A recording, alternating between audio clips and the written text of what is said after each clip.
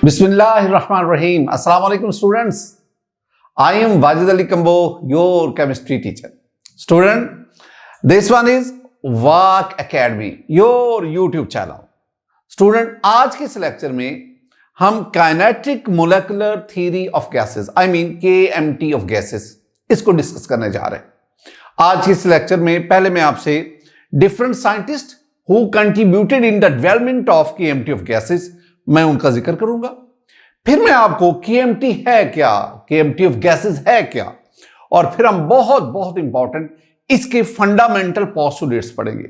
हम Clausius kinetic equation भी पढ़ेंगे और हम मॉलिक्यूल्स के लिए वेलोसिटीज ऑफ मॉलिक्यूल्स के लिए डिफरेंट रिलेशन उनको भी डिस्कस करेंगे। और लास्ट में कुछ मैं आपके साथ MCQs वो भी डिस्कस करूंगा। ये आज के हमारे सिलेक्शन इसके पॉइंट्स हैं। तो सबसे पहले मैं आगाज करता हूं kinetic molecular theory of gases. Student, kinetic molecular theory of gases जिस तरह KMT ऑफ गैसेस है, इस तरह KMT ऑफ लिक्विड है, इस तरह KMT ऑफ सॉलिड है। But we are going to study the KMT। बाद बुक्स में लिखा kinetic molecular theory of gases और बाद बुक्स में simply kinetic theory of gases. Whatever the case, मैं तो इसे कहूंगा सिंपली, मैं तो कहूंगा कि this one is KMT of gases.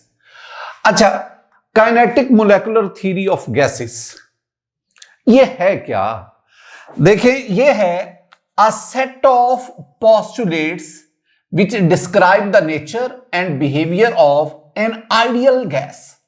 बहुत खूबसूरत बात है, a set of postulates. Student याद रखना, किसी भी थ्योरी की पोस्टुलेट्स होती हैं, किसी भी थ्योरी की पोस्टुलेट्स होती हैं। Bohr atomic theory, it has the postulates. वेस्पर theory, it has the postulates. तो किसी भी थ्योरी की what postulates, what are postulates? The important points of a theory are called postulates. किसी थ्योरी के कुछ इंपॉर्टेंट पॉइंट्स जो थ्योरी को मुकम्मल डिस्क्राइब करते हैं, those points are called postulates. तो अगर आपसे कोई कहे कि what are postulates, what do you mean by postulates, you will say the important points of a theory they are called the postulates, a set of postulates. मैं आपको ना इसकी कुछ बेसिक पोस्टुलेट्स पढ़ाऊंगा, उनकी तादाद पे ना जाइएगा। बाद बुक में 9 है, बाद में 10 है, बाद में 11 है, वट एवर द केस। हमने उन तमाम पोस्टुलेट को एक एक करके स्टडी कर, और वो हमें क्या बताएंगे पोस्टुलेट? वो हमें बताएंगे describe the nature and behaviour of an ideal gas. वो आइडियल गैस, अब ये याद रखना, KMT की जितनी भी हम पोस्टुलेट्स पढ़ेंगे, they completely describe the behaviour of an ideal gas. यानी यू कैन से कि KMT that is fully obeyed by ideal gas. ये मेरी बात को पल्ले बांध लो कि ये KMT of gases fully obeyed by ideal gas. Ideal gas, अगर आप जानना चाहते हैं कि आइडियल गैस क्या है, उसका बिहेवियर क्या है, उसकी नेचर क्या है, तो आप KMT के पास जो वो कहती है वैसी आइडियल गैस होती है। लेकिन it is partially obeyed by real gas, non ideal gas, partially obeyed by. यानी इसके कुछ ऐसे पोस्टुलेट्स हैं जिनको रियल गैसेस, जिनको नॉन आइडियल गैसेस ओबे नहीं करती। और आज के डिस्कशन में हम उन पोस्टुलेट, ये नहीं कि सारी की सारी पोस्टुलेट को रियल गैसेस ओबे नहीं करती हैं। 70% तक KMT को रियल गैसेस ओबे करती हैं, लेकिन कुछ पोस्टुलेट्स हैं, आज हम उन पोस्टुलेट्स को पढ़ेंगे ना जिनको रियल गैसेस नहीं मानती। वो कहते ना हमने इनको नहीं मानना। अच्छा स्टूडेंट, पहले तो एक बात, हम इन पोस्टुलेट्स को पढ़ने से पहले उन लोगों को एट्रीब्यूट करना चाहते हैं, उनको सलाम पेश करना चाहते हैं जिन लोगों ने KMT की इन पोस्टुलेट को डेवलप करने में हमें हेल्प आउट किया। तो उनमें अगर आप देखेंगे, सबसे पहले मैं बात करूंगा Daniel Bernoulli 1738। He first of the time he postulated the KMT of gases. सबसे पहले डैनियल बर्नौली ने kinetic molecular theory of gases after a lot of experiments. फिर हम बात करेंगे आरजे क्लासियस 1857। उसने क्या किया, उसने इन तमाम पास्टुलेट से उसने काइनेटिक इक्वेशन को डिराइव किया, and that is PV that is equal to 1/3 mc square. हम इसको भी डिस्कस करेंगे। और फिर इसी काइनेटिक इक्वेशन की बेस पर उसने गैस लॉज को डिड्यूस किया, उनको एक्सप्लेन किया। एक हमने पढ़ी हुई है general gas equation P is equal to nRT, लेकिन आज हम पढ़ेंगे काइनेटिक गैस इक्वेशन। स्टूडेंट, उसके बाद हमारे पास जेम्स मैक्सवेल है। James Maxwell 1859 he elaborated and extended the kinetic molecular theory. इसको इलैबोरेट किया मजीद इसकी, और इसमें कुछ पास्टुलेट ऐड की, and he gave the law of distribution of velocities. Student, next we have the Boltzmann. Boltzmann in 1870 he distributed and studied the distribution of energies. He contributed and studied the distribution of energies among the gas molecules. ये एक लंबी बात है। Boltzmann studies, Boltzmann law, इसको Maxwell law, Maxwell contribution, तो Maxwell equation, ये एक लंबी डिस्कशन है। ये बहुत ज्यादा मैथमेटिकल वर्क है। हमारा जो लेवल है ना, इंटरमीडिएट लेवल, वो इन चीजों की गहराई में जाने की इजाजत नहीं देता। हां, आप हाई लेवल बीएस लेवल पे जाएं, एमफिल पे जाएं, पीएचडी पे जाएं, तो डेफिनेटली जब आप फिजिकल केमिस्ट्री को पढ़ेंगे, इन चीजों को पढ़े बगैर आप आगे नहीं बढ़ सकते। द लास्ट वन इज, मैं ये वैसे वंडरवॉल, इसको मैं एट्रीब्यूट करूंगा। मैंने कहा ना, ये जो general gas equation P is equal to nRT, this is fully obeyed by the ideal gases. और किस हद तक, कुछ कंडीशन पर real gases PV equal to nRT के ओबे क्या होता है, क्यों नहीं करती, ये तो आगे चलकर हमने पढ़ना है। तो फिर वंडरवॉल ने क्या किया, उसने जनरल गैस इक्वेशन, जनरल मैं काइनेटिक इक्वेशन की बात नहीं, जनरल गैस इक्वेशन, इसको मॉडिफाई किया, इसको रेक्टिफाई किया, और उसने एक इक्वेशन पेश की जो रियल गैसेस जिसको ओबे करती है, और उस इक्वेशन को हम कहते हैं वंडरवॉल इक्वेशन। स्टूडेंट, ये था आगाज जो हमने पढ़ा।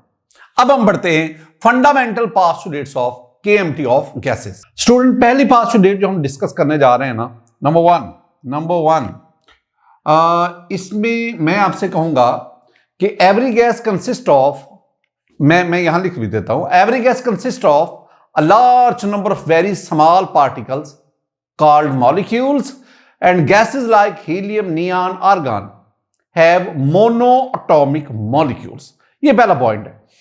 यानी पहली जो बात आई ना, वो मॉलिक्यूल्स के बारे में है। मॉलिक्यूल्स कह लो, एटम्स कह लो, लेकिन मॉलिक्यूल्स एक अच्छा है।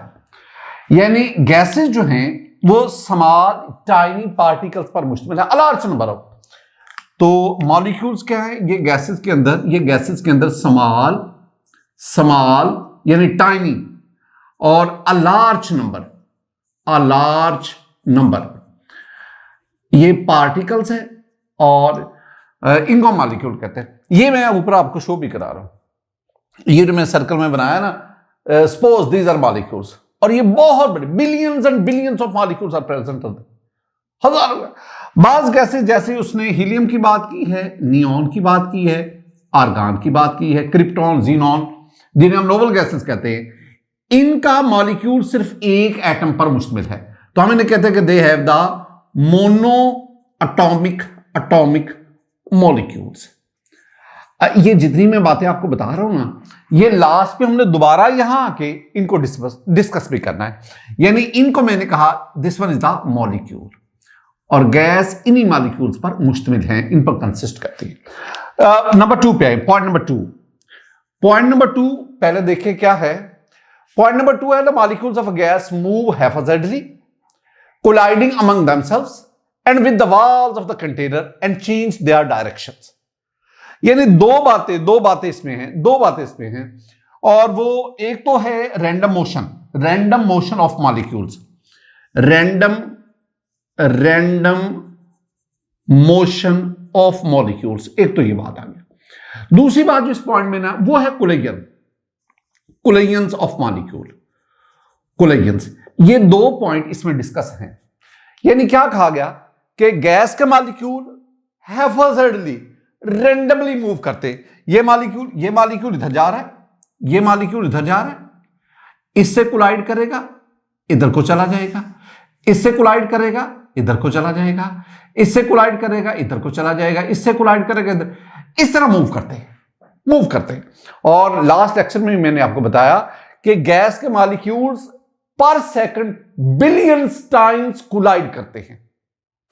तो रैंडम मोशन, हैफाजर्डली मोशन, बेतरतीबी मोशन, यानी किसी खास डायरेक्शन में नहीं जाते। लेकिन एक बात याद रखनी है कि जब मॉलिक्यूल यहां से इधर को जा रहे हैं तो it will move in a straight way, यानी before collision the molecule move in a straight way. अब ना स्टेट वे में क्यों जाता है, इसको हम पढ़ेंगे, इसको नेक्स्ट पॉइंट में जाके पढ़ेंगे। और टकराने के बाद इनकी डायरेक्शन चेंज हो जाती है। अब कोलिजन दो तरह की होती है। एक वो कोलिजन जो मॉलिक्यूल्स के दरमियान आपस में है, अमंग themselves, मतलब मॉलिक्यूल्स के दरमियान आपस में कोलिजन। ये मॉलिक्यूल इससे कोलाइड कर रहा है, ये मॉलिक्यूल इससे कोलाइड कर रहा है, ये this the collision of molecules among themselves. They also collide with the walls of the container. This one is very important. These molecules also collide with the walls of container. तो collision दो तरह की, आपस में भी और with the walls of container, जिसमें आपने उसको रखा है उसके साथ भी टकराते। ये दो बातें इसमें। Student, next point, the pressure exerted by a gas is due to the collision of its molecule with the walls of the container. और दूसरी बात, the collision among the molecules are perfectly elastic. Students, अब इस point में दो चीजें आ गई आपके पास, दो चीजें। एक तो लफ्ज प्रेशर का जिक्र है, प्रेशर किस वजह से, और एक इलास्टिक कोलिजन का जिक्र है, इलास्टिक कोलिजन। ये जो बात इलास्टिक कोलिजन वाली है ना, ये अगर यहीं हो जाती तो बेहतर था कि ये जो कोलिजन है, ये इलास्टिक कोलिजन से। चल बहरहाल इधर भी आते प्रेशर। स्टूडेंट, अब मॉलिक्यूल्स दो तरह की मोशन शो करते, कोलिजन शो करते हैं। एक मॉलिक्यूल्स आपस में भी कोलाइड करते हैं, एक मॉलिक्यूल्स वॉल्स ऑफ कंटेनर से भी। देखो ये वॉल ऑफ कंटेनर है, ये वॉल है। जब मॉलिक्यूल जाके इससे कोलाइड करता है ना, तो ये मॉलिक्यूल वॉल के ऊपर फोर्स लगाता है, और जितने एरिया पे लगती force per unit area is called the pressure. अब एक बात ध्यान में रखनी है कि जो हम कहते हैं ना गैस हैज अ प्रेशर, अब वो प्रेशर किसकी वजह से होता है? वो प्रेशर मॉलिक्यूल्स की आपस में कोलिजन की वजह से नहीं होता, वो प्रेशर मॉलिक्यूल्स की वॉल्स ऑफ कंटेनर से कोलाइड करने की वजह से होता है। अब मैंने पीछे पहले आपको बताया हुआ है, अगर मॉलिक्यूल्स इससे फोर्सफुली कोलाइड करेंगे, कब फोर्सफुली कोलाइड करेंगे? तब फोर्सफुली कोलाइड करेंगे जब इसका टेंपरेचर बढ़ाएंगे। टेंपरेचर बढ़ाएंगे, मॉलिक्यूल्स की काइनेटिक एनर्जी बढ़ेगी, स्पीड बढ़ने से वो फोर्सफुली इससे कोलाइड करेंगे। अगर फोर्सफुली कोलाइड करेंगे तो नतीजतन as a result pressure increase करता जाएगा। दूसरी एक और बात है, अगर आप मॉलिक्यूल्स की तादाद बढ़ाते जाए, जितने आप अमाउंट ऑफ गैस बढ़ाएंगे उतनी मॉलिक्यूल्स की तादाद बढ़ेगी, मॉलिक्यूल्स की तादाद बढ़ेगी तो फ्रीक्वेंसी ऑफ कोलिजन बढ़ेगी, और जब कोलिजन बढ़ेगी, नंबर ऑफ कोलिजन बढ़ेगी, तो डेफिनेटली प्रेशर भी बढ़ेगा। लेकिन एक चीज, अगर आप वॉल्यूम बढ़ाएंगे, वॉल्यूम बढ़ाने पर एरिया कम होता जाएगा, as a result pressure reduce होता जाएगा। तो ये 3-4 पॉइंट्स आपके ज़हन में आए। लेकिन पहली बात, अहम तरीन बात, the pressure of the gas is due to collision of molecule with the walls of the container. Pressure किसकी वजह से? प्रेशर है collisions of molecules with the walls of container ये बात आपने ज़हन में रखनी। आगे वो बातें मैंने 3 आपको बता दी। इलास्टिक कोलिजन, ऐसे कोलिजन जिसके दौरान एनर्जी कांस्टेंट है, एनर्जी कंजर्व रहे। इसका मतलब है before collision and after collision the energy of the molecule remains constant, conserve रहती है, यानी energy remains constant। स्टूडेंट, ये था मेरे पास पॉइंट नंबर 3। पॉइंट नंबर 4 पे आए। The molecule of a gas are widely separated from one another and there are sufficient empty spaces among them। Molecule दूर दूर है और मॉलिक्यूल्स के दरमियान, ये तीसरा पॉइंट आ गया। तीसरे point I am sorry, this one is fourth point. Fourth point में हमने क्या पढ़ा कि मॉलिक्यूल्स के दरमियान एम्प्टी स्पेसेस बहुत ज्यादा। अगर आप लिक्विड की बात करें ना, लिक्विड में मॉलिक्यूल्स करीब आ जाते हैं, एम्प्टी स्पेसेस कम हो जाती हैं। सॉलिड में the molecules are close enough, close enough. ये मॉलिक्यूल करीब होते हैं, रेगुलरली अरेंज होते हैं। अगर हम क्रिस्टलाइन सॉलिड की बात करें, ये रेगुलर है। तो एक गैप की बेस पर, तो गैसेस में मॉलिक्यूल्स आर फार। आप किसी भी कंटेनर में गैस को डालें तो गैस उस कंटेनर का सारा वॉल्यूम, यानी अब आपने याद क्या करना है, आपने याद करना है कि देयर आर ह्यूज ह्यूज या large large inter molecular spaces. वजह क्यों इंटरमोलेकुलर स्पेसेस? वेरी सिंपल, वो है कि मॉलिक्यूल्स के दरमियान अट्रैक्शन नहीं होती, negligible force of attraction between molecule. अगर मॉलिक्यूल के दरमियान नेग्लिजिबल की बजाय सिग्निफिकेंट अट्रैक्टिव फोर्स हो, as in case of liquids, तो फिर मॉलिक्यूल करीब आते हैं। अगर मॉलिक्यूल के दरमियान स्ट्रॉन्ग इंटरमोलेकुलर फोर्स हो तो फिर मॉलिक्यूल्स और करीब आ जाते हैं, as in case of solid. तो ये जो मॉलिक्यूल के दरमियान एम्प्टी स्पेसेस है, मॉलिक्यूल्स दूर दूर हैं, it is due to negligible और very weak attractive forces between the molecules. Student, हम पॉइंट नंबर 5 पे जाते हैं। पॉइंट नंबर 5 क्या है? The molecules of a gas has no force of attraction for each other. ये तो मैं लिखूंगा ना, ये तो मैं पूरे का पूरा पॉइंट लिखूंगा। ये पॉइंट नंबर 5 मैं अपने अंदाज पे लिखूंगा। मैं लिखूंगा there are no force of attraction between gas molecules. बहुत खूबसूरत बात। आपने एक बात नहीं मेरी समझ। मैंने कहा कि ये जो पास्टुलेट्स हम पढ़ रहे हैं, 5th वन हम पढ़ रहे हैं, दीज पास्टुलेट्स, इसके सेट को हम कहते हैं केएमटी। और हमने कहा कि KMT is fully obeyed by ideal gas. ये आइडियल गैस की बात है। अगर मॉलिक्यूल्स के दरमियान अट्रैक्शन, आप सिंपली ये बात करो ना, अगर मॉलिक्यूल्स के दरमियान अट्रैक्शन नहीं है, no attraction,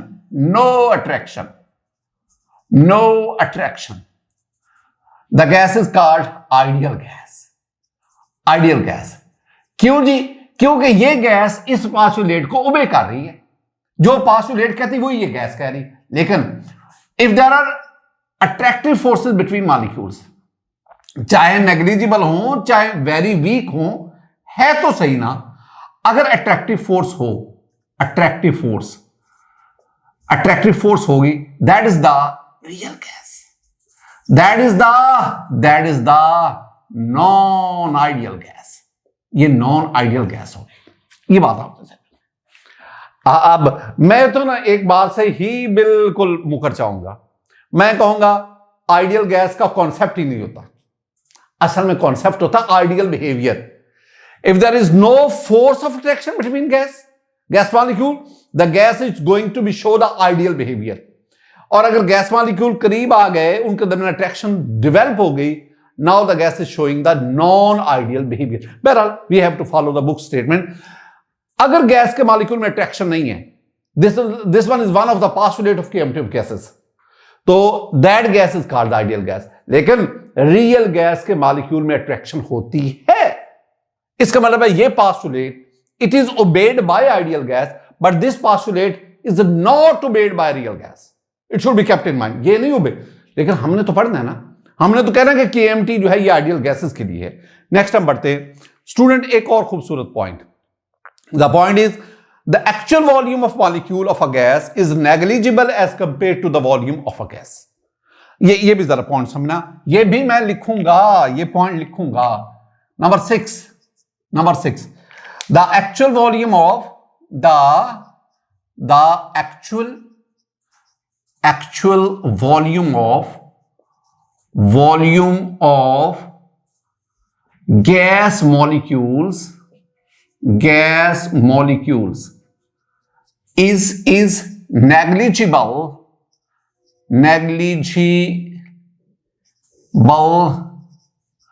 as compare to volume of the gas. अगर ये बात मैं आपको समझा गया तो मैं समझूंगा मैंने बहुत बड़ा मार का सर कर लिया, मैंने बहुत काम कर लिया। वो कहता है कि the actual volume of gas molecule, ये गैस मॉलिक्यूल का एक्चुअल वॉल्यूम क्या है, इज नेग्लिजिबल, ना होने के बराबर, एज कंपेयर टू द, यानी गैस के वॉल्यूम की निस्बत मॉलिक्यूल्स का जो एक्चुअल वॉल्यूम है वो ना होने के बराबर है। पहले तो आप इस सेंटेंस को सुने ना, फिर हम देखते हैं कि इसके अंदर एक नुक्ता है जो मैंने समझा रहा आपको, वो समझ आ गया तो ये पॉइंट भी समझ आ जाएगा और मेरा मकसद पूरा हो जाएगा। अच्छा, क्या नुक्ता क्या है? नुक्ता ये है कि आपके पास इस कंटेनर में गैस है, इस कंटेनर में गैस है, ये गैस के मॉलिक्यूल्स हैं, एम्प्टी स्पेसेस हैं, ये कंटेनर है। मैं कहता हूं what is the volume of the gas, आप साफ है, आप इसको मेजर करेंगे, आप कहेंगे the volume of the gas is suppose 10 dm cube, suppose this one is the volume of gas. अब दूसरी बात, अब मैं क्या करता हूं, मैं ना इन तमाम मॉलिक्यूल्स को एक जगह पे फर्जी तौर पे इन तमाम मॉलिक्यूल्स को एक जगह पे यकजा कर लेता हूं, इकट्ठा कर लेता हूं। ये मॉलिक्यूल यहां आ गए, ये इतनी स्पेस इन्होंने आपको भाई। अब मैं कहता हूं कि ये जो है, अब मैं कहता हूं कि ये क्या है, आप कहेंगे this is the actual volume of gas molecule. Actual volume ये कितना है, ये है जी 0.0000001 dm क्यूब। अब व्हाट इज दिस, ये क्या है 0.00001, ये क्या है, this is the actual volume of gas molecule. Molecules को आपने इकट्ठा किया, जितना मॉलिक्यूल का वॉल्यूम है एक्चुअल वॉल्यूम वो इतना है, और गैस का ये इतना है। अब मैं अगर इस वैल्यू को और इसको दोनों को कंपेयर करता हूं, student this value is negligible as compare to this one. ये इस तरह है ना कि एक आदमी के पास 10 रुपए हैं और एक आदमी के पास 1 अरब रुपया है, तो मैं कहता हूं 10 रुपए और 1 अरब में क्या कंपैरिजन, आपके साथ बछोड़े बात, किस बात का कंपैरिजन, 10 रुपए का 1 अरब रुपए के साथ क्या कंपैरिजन है, कोई कंपैरिजन नहीं। 10 rupees is negligible as compare to 1 billion, उसके मुकाबले में कुछ भी नहीं। This value is negligible as compare to this one. अब की असल मकसद की बात करें, मकसद क्या है, मकसद सिर्फ एक पॉइंट है, और वो क्या, वो ये है कि केएमटी हो गया, हकीकत क्या, हकीकत जो अंदर छुपी हुई राज है, वो राज ये है, केएमटी कहती है कि गैस के molecule they are point mass, molecules of gas they have point mass, they have point volume, बिल्कुल इनकी अपना कोई वॉल्यूम ही नहीं, इनका अपना कोई वॉल्यूम नहीं है, ये तो सिर्फ ऐसे। तो actual volume of gas is the volume of empty spaces. लेकिन जब हम रियल गैसेस की तरफ आते हैं ना, रियल गैसेस कहती है नो, गैस के मॉलिक्यूल का साइज छोटा जरूर होता है, बहुत कम है, but you can't negate it, you can't neglect it.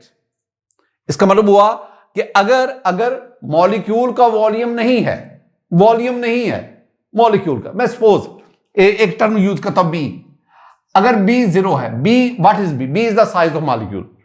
अगर बी 0 है इसका मतलब है मॉलिक्यूल का कोई वॉल्यूम नहीं है, दैट इज आइडियल गैस। लेकिन अगर बी की वॉल्यूम कुछ है, बी साइज ऑफ मॉलिक्यूल, अगर बी की वैल्यू कुछ है तो इसका 1 है, 2 है, 1.5 है, तो इसका मतलब है that is not ideal gas, that is real gas. यानी ये जो 2 पॉइंट मैंने आपको बताए हैं, ये 2 वो पास्टुलेट्स हैं जो आइडियल गैसेस तो फुली ओबे करती हैं, लेकिन रियल गैसेस इनको ओबे नहीं करती। वो अब हम आगे चल के पढ़ेंगे कि बिल्कुल ही नहीं करती, फिर मैं कहूंगा नहीं, कुछ कंडीशंस पे करती हैं, कुछ कंडीशन पे बिल्कुल ही नहीं करती। लेकिन नॉर्मल टेम्परेचर और प्रेशर पर रियल गैसेस, एसटीपी जैसे हम कहते हैं, एसटीपी पर या आरटीपी पर, रूम टेम्परेचर प्रेशर पर, रियल गैसेस इन दोनों पास्टुलेट्स को बिल्कुल ओबे नहीं करती। और आगे चल के हम पढ़ेंगे कि these are actually the faulty postulates of, यानी ये इनके बारे में मैंने आगे भी चल के बहुत ज्यादा बता रहा है, तो स्टूडेंट्स इनको अच्छी तरह बार बार याद करना है, रट्टा लगा लो फिर समझने की कोशिश भी करना। नंबर 7, पॉइंट नंबर 7 एक बहुत खूबसूरत पॉइंट देखना। पॉइंट नंबर 7 है the motion imported to the molecules by gravity is negligible as compare to the effect of continued collision between them. दो बातें, ये जो मॉलिक्यूल मूव करता है, जब ये मूव करता है क्या इसकी मोशन की रीजन क्या है, ये जब यूं जा रहे हैं इसकी मोशन की रीजन क्या है। मैं आपको ना 2-3 पॉइंट्स बताता हूं, यानी मोशन ऑफ मॉलिक्यूल इसको हम जानना चाहते हैं। मोशन ऑफ मॉलिक्यूल्स, दो बातें तो जेहन से निकाल दो ना, एक, ये मोशन अट्रैक्शन बिटवीन मॉलिक्यूल्स की वजह से नहीं है, यानी ये हम कहते हैं ना this molecule move in a straight line, state. अगर इस मॉलिक्यूल के साथ अट्रैक्शन होती है ना, अट्रैक्शन, तो फिर ये स्टेट के बजाय थोड़ा सा इसकी तरफ आ जाता। अगर इस मॉलिक्यूल की इधर अट्रैक्शन होती तो इसका मतलब है स्ट्रेट लाइन मोशन की एक तो वजह है कि मॉलिक्यूल्स के दरमियान कोई अट्रैक्शन नहीं है।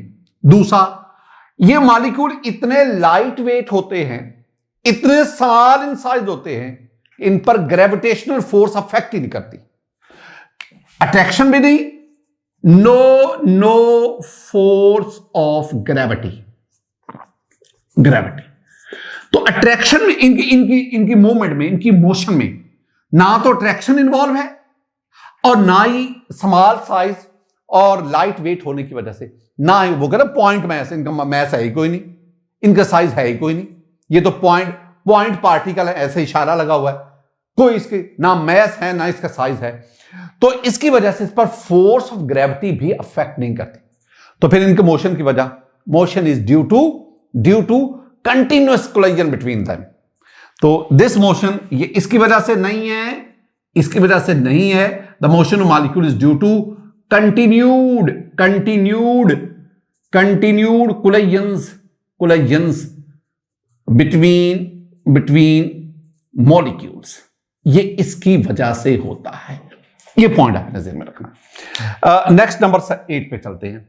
8 भी एक बहुत खास बात है, और वो क्या, the average kinetic energy of gas molecule varies directly as the absolute temperature of the gas.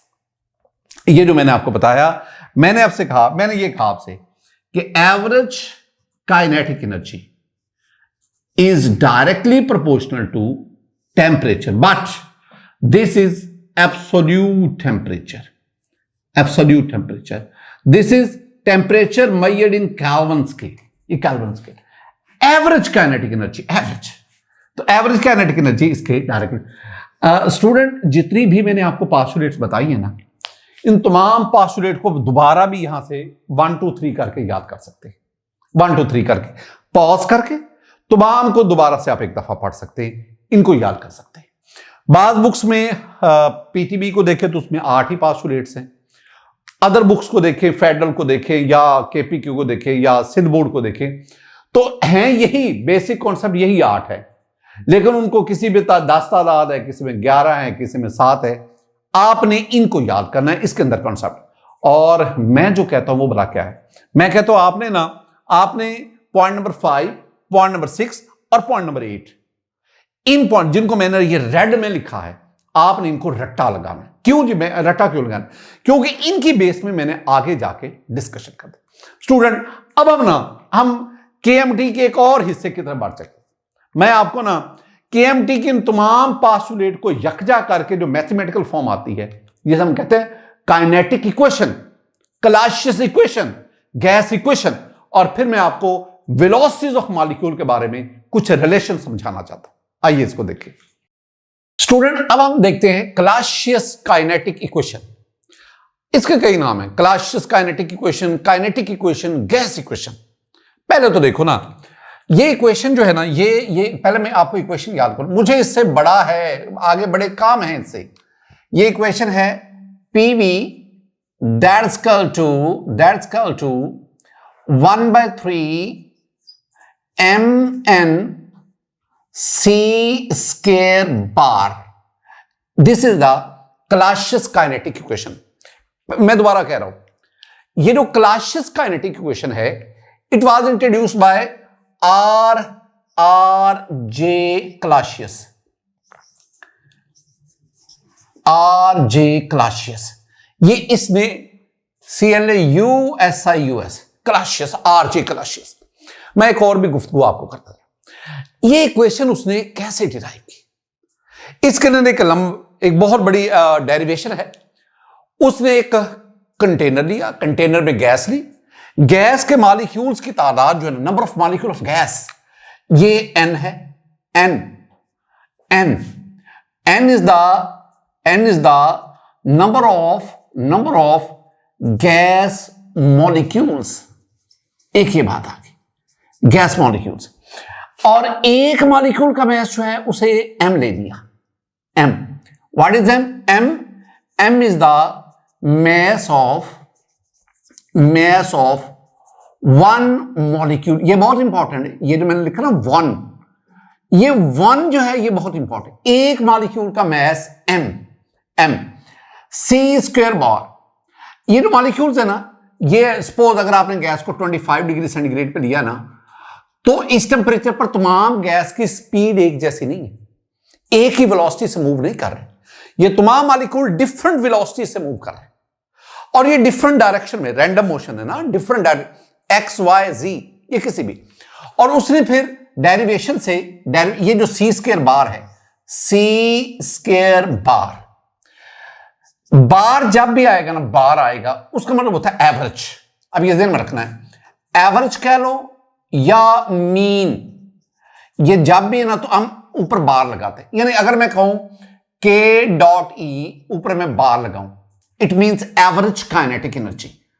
तो जहां अगर मैं कहूं C बार, इसका मतलब है एवरेज वेलोसिटी। तो जब भी हम ये बार का सिंबल देते हैं, इट मींस ये एवरेज को जाहिर करते हैं, ये मीन को जाहिर करता है। तो मीन स्क्वायर वेलोसिटी, तो ये बना मीन या एवरेज स्क्वायर वेलोसिटी, ये आगे चीज, mean square velocity. m mass of one molecule, n is the number of molecule, c square bar mean square velocity, और इधर p प्रेशर, v वॉल्यूम, ये आपके पास। तो एक्चुअली उसने ना प्रेशर ऑफ गैस को मालूम करने के लिए, प्रेशर, या अगर आप इसमें वॉल्यूम की भी बात कर सकते हैं, तो उसके लिए उसने ये इक्वेशन डिराइव की। मैं दोबारा कह रहा हूं, this equation is called gas equation, this equation is called kinetic equation, this equation is called Clausius kinetic equation.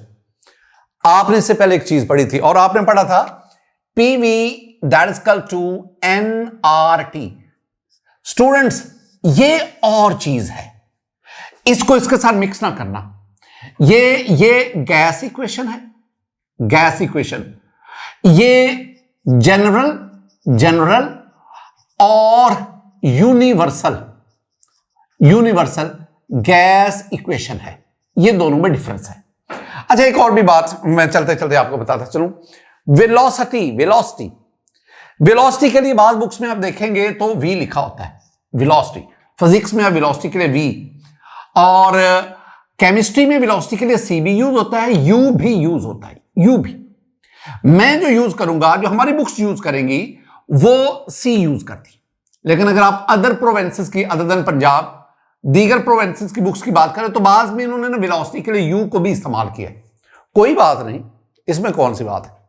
तो वेलोसिटी C से, या ये V से ना करें, V से velocity of a macro body, macro large size body, a car is moving, the velocity of the car, that is V.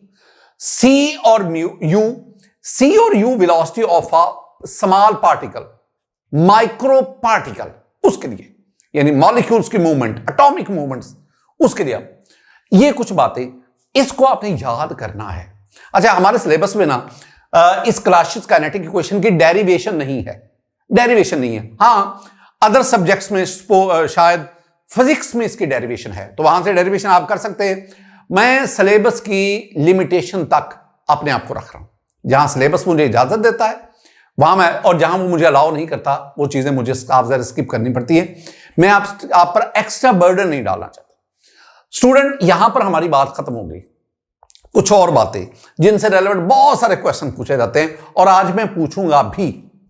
Velocities of molecules, velocity speed of molecule. मेरे पास ये container, इसमें ये gas के molecules हैं। कुछ बातें जरा इब्तदाई जिनकी बेस में मैं आगे गुफ्तगू करूंगा। स्टूडेंट, तमाम मॉलिक्यूल्स की वेलोसिटी डिफरेंट है, लेकिन एक बात है, इसमें से कुछ मॉलिक्यूल्स हैं, कितने? ये मॉलिक्यूल्स हैं N1, इनकी वेलोसिटी एक जैसी है और वो है C1। मैं पहले मेरी बातों को सुनना, फिर मैं आप इसको आसानी से समझाता हूं। मेरे पास कुछ मॉलिक्यूल्स हैं, कितने हैं? वो N2 हैं, उनकी वेलोसिटी कितनी है? वो C2 है। कुछ मॉलिक्यूल्स हैं N3, उनकी वेलोसिटी कितनी है? वो C3 है। पहले मेरी बात को सुनना। एक क्लास है, उसमें 50 स्टूडेंट्स हैं। मैं कहता हूं बताएं उनके 100 में से उनका कोई एक टेस्ट हुआ है, 100 मार्क्स का टेस्ट है, मैक्सिमम मार्क्स 100 है। तो मैं कहता हूं कि इस क्लास के जो 50 स्टूडेंट्स हैं उनके कितने कितने मार्क्स हैं? आप कहते हैं जी कुछ स्टूडेंट के 100 में से 99 हैं, कुछ के 92 हैं, कुछ के 87 हैं, कुछ के 75 हैं, कुछ के 62 हैं। आप डिफरेंट स्टूडेंट, लेकिन एक तो होगा ना कि शायद 5 ऐसे स्टूडेंट हैं जिनके मार्क्स 99 हैं। N1 number of student 5, marks कितने? 99। शायद 6 स्टूडेंट ऐसे हैं जिनके मार्क्स 82 हैं, 6 के 6 के 82 82 82 82 है। तो there are a number of student 6 which have equal marks 82।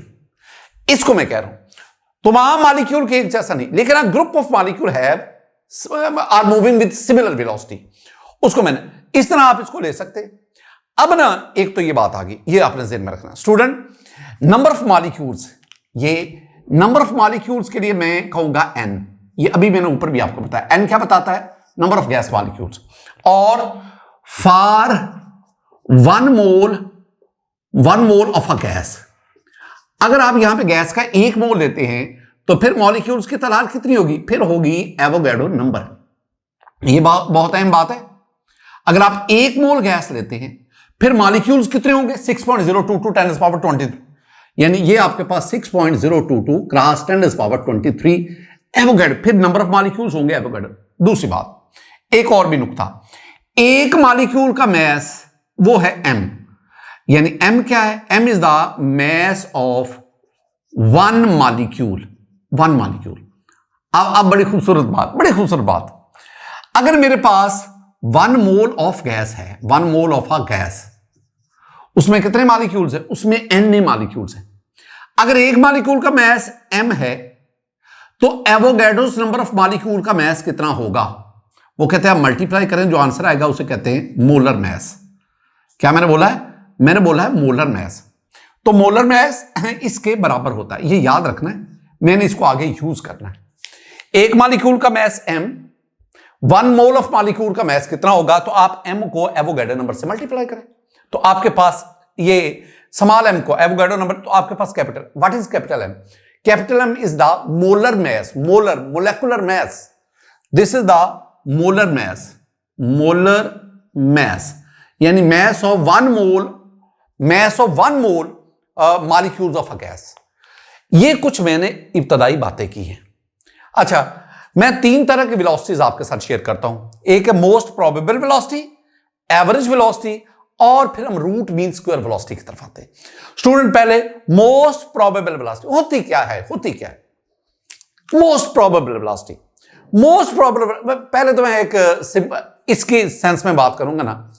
आपके पास बहुत सारे मॉलिक्यूल्स हैं, मॉलिक्यूल डिफरेंट वेलोसिटी से मूव कर रहे हैं, तो मोस्ट प्रोबेबल वेलोसिटी क्या होगी?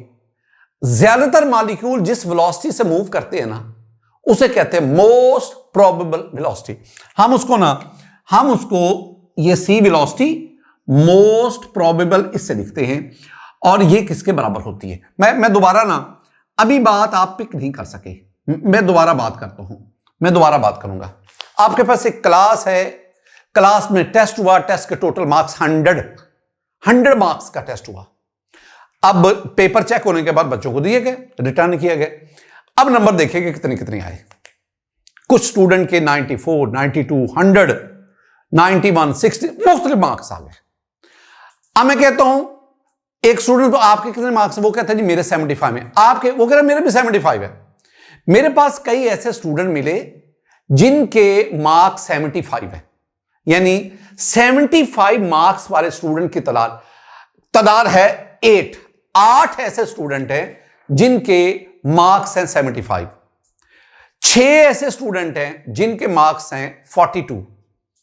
2 ऐसे स्टूडेंट हैं जिनके मार्क्स हैं 80। अब मैक्सिमम नंबर ऑफ स्टूडेंट्स वो 8 हैं जिनके मार्क्स कितने आ रहे हैं 75 आउट ऑफ 100। तो इसका मतलब है 75 वो नंबर है, वो मार्क्स है जो ज्यादातर स्टूडेंट रखते हैं।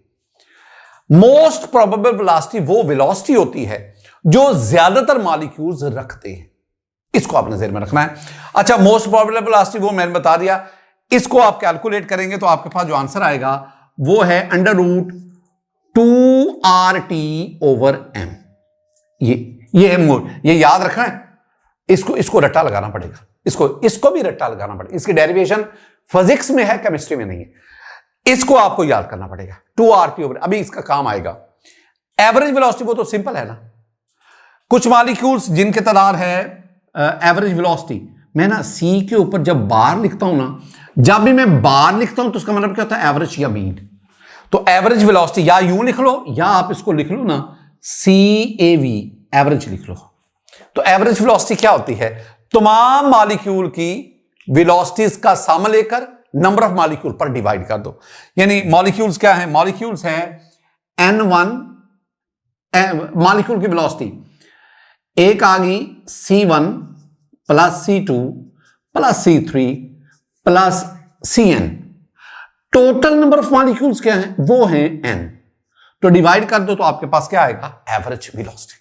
स्टूडेंट, ये तो मैंने आपको सिंपल वे पे समझाया ना। जिस तरह मैंने मोस्ट प्रोबेबल वेलोसिटी का ये वैल्यू लाई है ना, इस तरह हमारे पास एवरेज वेलोसिटी उसकी भी एक इक्वेशन है, जरा उसको देखते हैं। स्टूडेंट, एवरेज वेलोसिटी को हम यूं भी लिख सकते हैं C बार, जब मैंने एवरेज लिख रहा है मैं C बार, या मैंने आपसे कहा क्या लिखते हैं C average, that is equal to √8RT/m। This one is the average velocity. अब ना नेक्स्ट है रूट मीन स्क्वायर वेलोसिटी। ये आपके पास एवरेज है ना, अब आप इसका यहां स्क्वायर, ये स्क्वायर, ये स्क्वायर, तो अभी ये स्क्वायर हो गया, तो ये फिर आपके पास बन जाएगी रूट मीन स्क्वायर वेलोसिटी। अच्छा, रूट मीन स्क्वायर वेलोसिटी को हम लिखते हैं दो तरह से, रूट मीन स्क्वायर वेलोसिटी। अच्छा, ये तो मीन स्क्वायर वेलोसिटी हो गया ना। अगर मैं यूं ले लूं, now this is called root mean square velocity. इसको ना हम यूं भी लिख सकते हैं, या इसको मैं यूं लिख सकता हूं ना, velocity root mean square RMS, and that is equal to under root 3RT/m। मैंने ना अब आपको दो बातें समझानी है, दो बातें। एक मैंने आपको समझाना है कि हमने ना 3 किस्म की वेलोसिटीज पढ़ी। एक हमने वेलोसिटी पढ़ी जी मोस्ट प्रोबेबल वेलोसिटी, एक हमने वेलोसिटी पढ़ी एवरेज वेलोसिटी, और एक एवरेज AV, एक हमने एवरेज वेलोसिटी पढ़ी, और एक अभी हम लास्ट में हमने रूट मीन स्क्वायर वेलोसिटी। इन तीनों में कंपैरिजन, इनकी रेशो मैंने आपको मोस्ट प्रोबेबल वेलोसिटी आई आपको बताई है। ये था अंडर रूट RT/m। पहले तो मैं ये बताऊंगा ना, अंडर रूट RT/m। मैं दोबारा कहता हूं, अंडर रूट RT/m। ये मैंने एक चीज 3 दफा लिखी।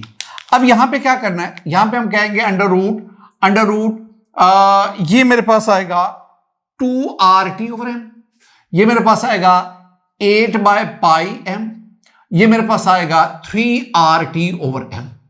3RT, अगर मैं RT/m इसको कॉमन ले लूं तो इधर बचेगा अंडर रूट 2, इधर आएगा अंडर रूट 8/π, और इधर आपके पास आएगा √3।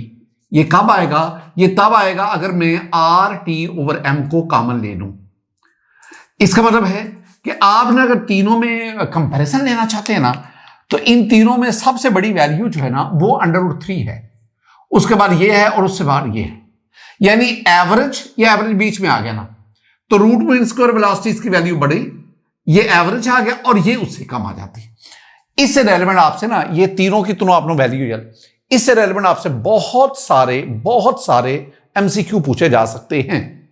अच्छा, एक और चीज मैंने कहा, मैंने दो बातें बता दी, एक तो बात आ गई ये, दूसरा मैं इसकी डेरिवेशन या इसकी डेरिवेशन इसको तो नहीं बताऊंगा, लेकिन मैं ना आपको रूट मीन स्क्वायर वेलोसिटीज को कैसे डिराइव किया जाता है, यानी ये कैसे डिराइव होता है, सी स्क्वायर मीन और रूट, ये वाला that is equal to 3RT/m, RT/m।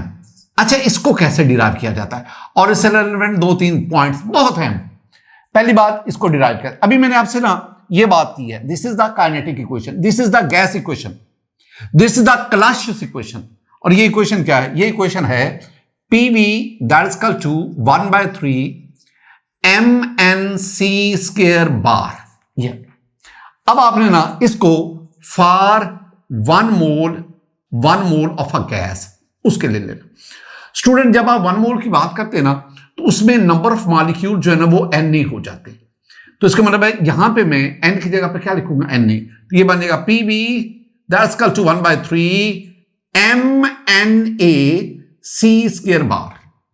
और मैंने भी आपको क्या बताया? ये बताया आपको कि mNa that is equal to molecular mass, तो इस सारे की जगह पे क्या आ जाएगा? मॉलिक्यूलर मास, तो ये आ जाएगा PV that is equal to 1/3 mc² बार। हम क्या जानना चाहते हैं? मैं c² बार इसको लेना चाहता हूं, c² बार, इसको साइड पे कर लो, तो ये आपके पास आ जाएगा c² बार दैट इज इक्वल टू, अब ये 3 ऊपर चला जाएगा, 3PV/m। ये आप इसका अंडर रूट ले ले, इसका भी अंडर रूट लेना पड़ेगा, तो आपके पास ये बन गया c²। इतनी तो एक तो ना यहां तक मेरी बात को पल्ले बांध लो। ये मैंने जितनी भी गुफ्तगू की है ना, इसमें मैंने गैस इक्वेशन का सहारा लिया और मैंने 1 मोल गैस के लिए इस इक्वेशन को अप्लाई किया, और फिर मैंने रूट मीन स्क्वायर वेलोसिटीज की बात करनी। साथ ही साथ ये मेरे पास general gas equation according to general gas equation, और जनरल गैस इक्वेशन मेरे पास है PV that is equal to nRT। अगर मैं 1 मोल के लिए कहता हूं फॉर 1 मोल तो n इज इक्वल टू 1, ये 1 पुट करेंगे तो that is PV is equal to RT।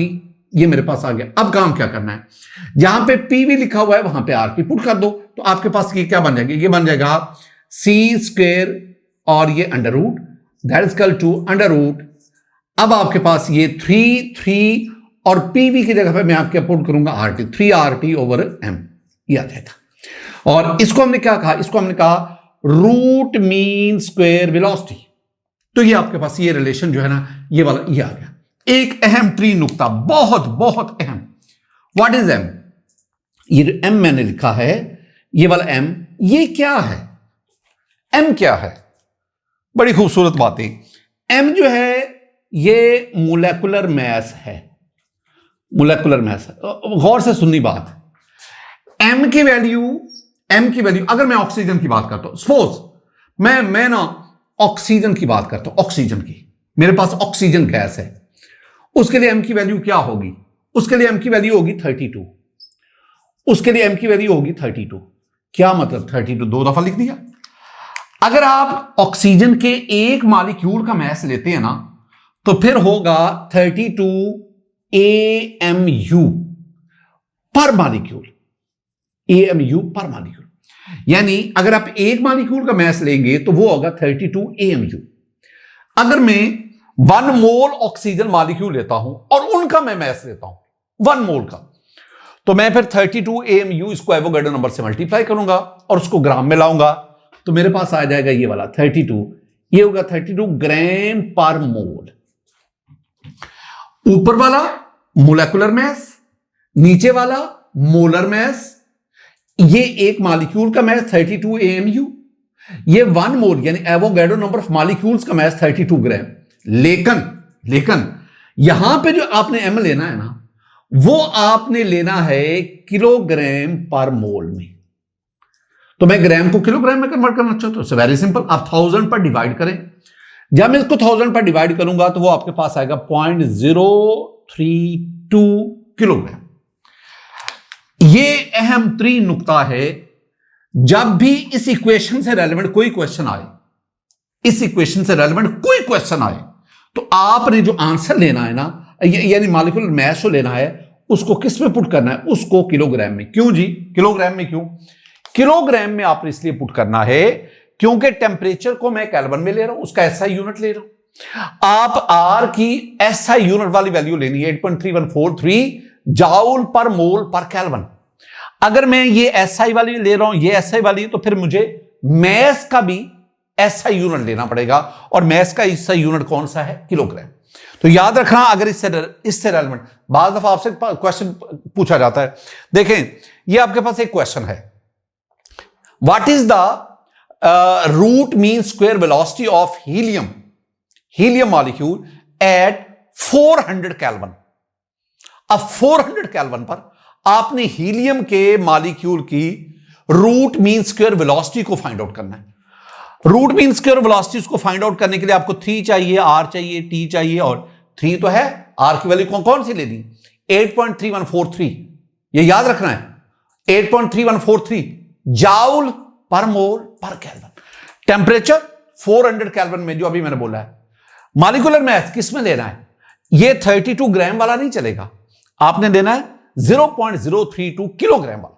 ये खास नुकता है, ये आपने ज़हन में बिठाना। स्टूडेंट, ये जो हमने टॉपिक पढ़ा हमारे केएमटी ऑफ गैसेस, इससे रेलेवेंट बहुत सारे एमसीक्यूज हैं। जरा एक एमसीक्यू देखें, which statement about the behaviour of the particles in a gas is not correct.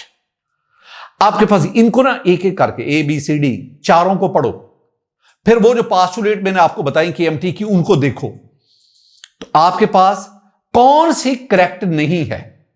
तो लिखा ना डी पे, they are arranged in regular pattern. No, in gases the molecules move randomly, हैफर्डली।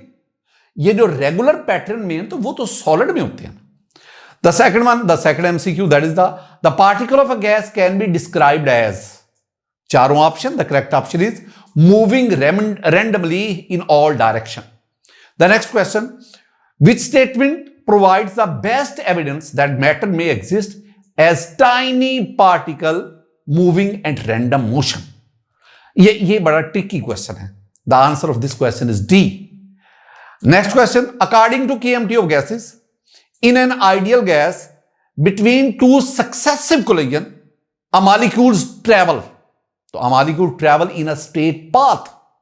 इस molecules पर force, ग्रेविटेशनल फोर्स अफेक्ट नहीं करती, इस molecule पर नेबरिंग मॉलिक्यूल्स की अट्रैक्शन अफेक्ट नहीं करती। That is why it moves in a straight path, straight move करता है। The next question, the root mean square velocity of an ideal gas at constant pressure varies with density. ये खुद calculate करना। ये जो नीचे मैंने m लिखा ना, यानी इसके फार्मूले में रूट मीन स्क्वायर वेलोसिटी में √3RT/m, ये जो m है इसको फिर आप आगे डेंसिटी में कन्वर्ट कर लीजिएगा, तो your answer is delta. The ratio between the root mean square velocity of hydrogen at 50 kelvin and that of oxygen at 800 kelvin is, तो ये रेशियो आपको कैलकुलेट करनी पड़ेगी। इसका आंसर जो है ना वो सी पे। अब ना ये जो सारे क्वेश्चंस हैं ये भी, और इनके एक्सप्लेनेशन, इनके शॉर्टकट्स, वो हमारे पास ये जो बुक्स हैं वाक पब्लिशर्स की, इन बुक्स में इन सब की डिटेल मौजूद है, और ये बुक्स आपके बेहतरीन रिजल्ट की जामन है। इन बुक से आप बहुत ज्यादा इस्तेफादा हासिल कर सकते हैं। आपके ख्वाबों की ताबीर इन्हीं बुक से ही पॉसिबल है। स्टूडेंट, हमारा ये था आज का लेक्चर। मैं हमेशा आपसे ये कहता हूं कि इल्म को घर घर पहुंचाने में और सीखने के अमल को आसान बनाने में आप मेरे साथ होंगे। इस चैनल को सब्सक्राइब कीजिएगा, बेल आइकन को पुश करना है, लाइक्स करना है, अपने बेहतरीन जो मशवरा है वो मुझे देना है कि हम इसको मजीद और कैसे बेहतर कर सकते हैं। अल्लाह हम सबसे खुश हो। अस्सलाम वालेकुम रहमतुल्लाह।